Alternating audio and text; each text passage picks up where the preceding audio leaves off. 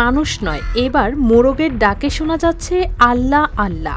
সেই ডাক শুনতেই ভিড় করছেন শত শত মানুষ।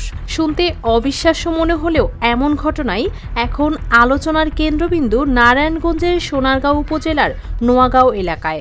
একটা মোরগ নাকি আল্লাহ আল্লাহ ডাকতেছে। তো আল্লাহ আল্লাহ ডাকার পর আমরা অনেকে আসছি তো দেখার জন্য, এসে দেখি আসলেই মোরগটা আল্লাহ আল্লাহ ডাকতেছে।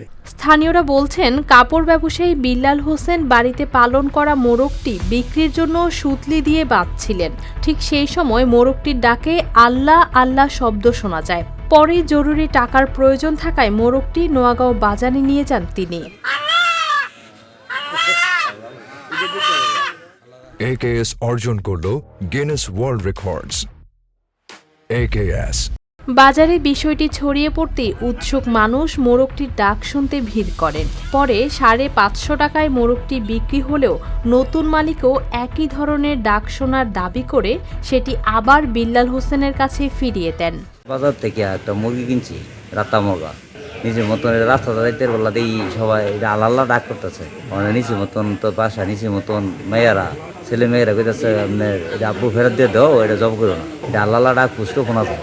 এরপর খবরটি আশপাশের এলাকায় ছড়িয়ে পড়ে।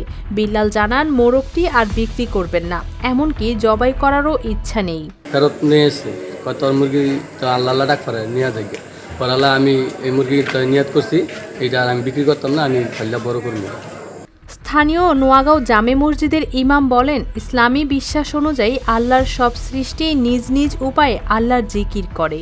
যে পৃথিবীর প্রত্যেকটা প্রাণী আল্লাহর তাসবিহ জপে, কিন্তু তোমরা বুঝো না। হ্যাঁ, এটা বাস্তব, এটা আল্লাহর কুদরত।